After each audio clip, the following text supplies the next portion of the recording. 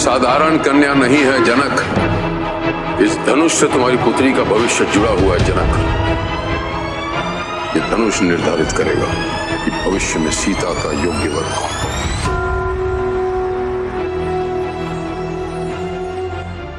इस क्षण से लेकर रामायण की कहानी तो आप सभी ने सुनी या फिर देखी होगी, चाहे वो टीवी पर रामायण हो या फिर कोरोना वायरस में सबके घरों पर चलने वाली ओरिजिनल रामायण। हर कोई जानता है कि रामायण की कहानी ना हर एक इंसान की जिंदगी को एक सही रास्ते पर लेकर आ सकती है। और रामायण की कथा तो दशहरे, दिवाली से लेकर पूरे साल तक चलती रहती है। स्कूलों में भी रामायण की कथा को सुनाया जाता है। लेकिन ये कहानी इतनी ज्यादा बेहतरीन इसलिए है क्योंकि इतने सालों बाद भी अलग अलग रूप में और अलग अलग जरिए से ना जब इस कहानी को फिर से दिखाया जाता है तो हमें हर बार इस कहानी का और इसके सभी किरदारों में ना कोई एक नया पहलू देखने को मिल जाता है। जहाँ रामायण की कथा श्री राम और रावण के बीच महायुद्ध और सच्चाई और बुराई को दिखाती है, वहीं ये राम और माता सीता के अटूट प्यार और विश्वास की कहानी को भी बहुत बेहतरीन तरीके से बयां करती है। लेकिन माता सीता को रामायण में एक ऐसी अग्नि परीक्षा देनी पड़ गई जो कि हिस्सा है रामायण के आगे की कहानी का। लेकिन इस अग्नि परीक्षा की असली वजह क्या थी, ये आज भी कोई नहीं जानता। जहां हर किसी के हिसाब से कोई अलग धारणा है जो कि इस अग्नि परीक्षा के पीछे है, वहीं आज भी लोग ना इस अग्नि परीक्षा की कहानी को लेकर बटे हुए हैं। 14 साल का वनवास मिलने के बाद माता सीता श्री राम और लक्ष्मण के साथ चली गई और इस वनवास के दौरान उन्होंने ना कई मुश्किलों का भी सामना किया। ये एक ऐसा कठिन समय था क्योंकि इस दौरान ना लंकापति रावण ने माता सीता का अपहरण कर उनको अपना बंदी बना लिया था। इसी वजह से राम और रावण के बीच ये महायुद्ध हुआ जो कि पूरी दुनिया जानती है। यूं तो रामायण की बहुत सारी कथाएं मशहूर हैं और देश के अलग अलग हिस्सों में अलग अलग कहानियां मानी जाती हैं, लेकिन उनमें से सबसे बड़ी 2 कहानियां इस अग्नि परीक्षा के पीछे अभी तक सुनी गई हैं। वाकई में ये कहानी ना आपको सोचने पर मजबूर करती है कि आखिर माता सीता और श्री राम के इस अटूट प्यार के बावजूद भी सीता को अग्नि परीक्षा क्यों देनी पड़ी।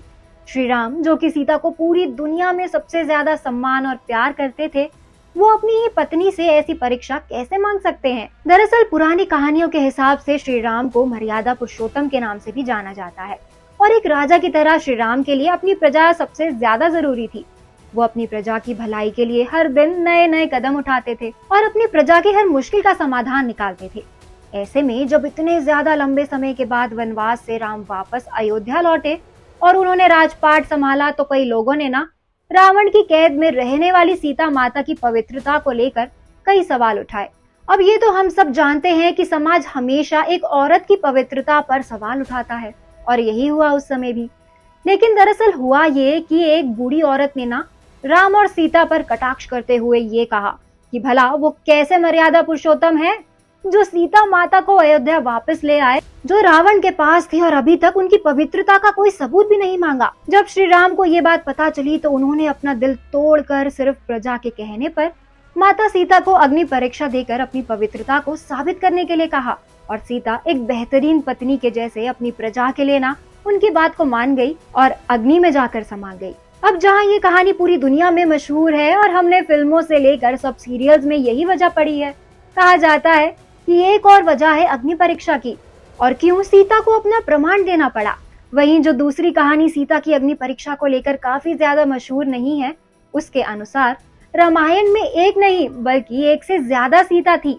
ये मानना काफी ज्यादा मुश्किल होगा, लेकिन दरअसल इस कथा के हिसाब से ना अग्नि परीक्षा का एक बहुत ही जायज और बहुत सही वजह सामने आती है। दरअसल रामायण के दौरान ना जितनी भी घटनाएं हुई वो सारी बहुत लंबे समय के दौरान हुई और इस दौरान एक नहीं बल्कि एक से ज्यादा सीता ने रामायण में हिस्सा लिया।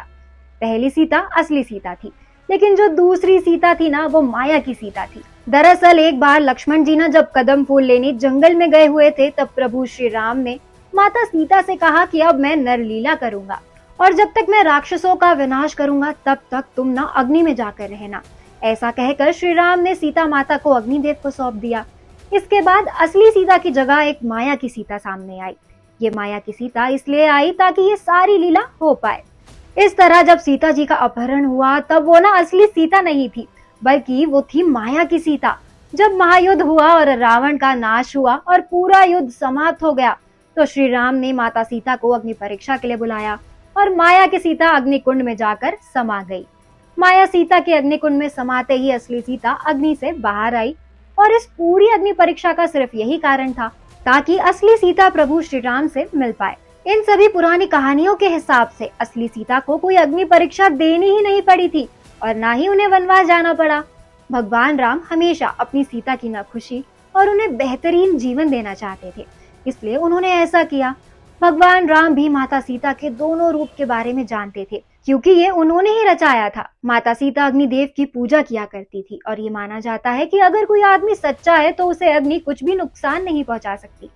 यही वजह है कि असली माता सीता अग्नि की शरण में सुरक्षित हो गई और सीता अपहरण से लेकर अग्नि परीक्षा तक के समय में माया की सीता ही रामायण का हिस्सा बनी।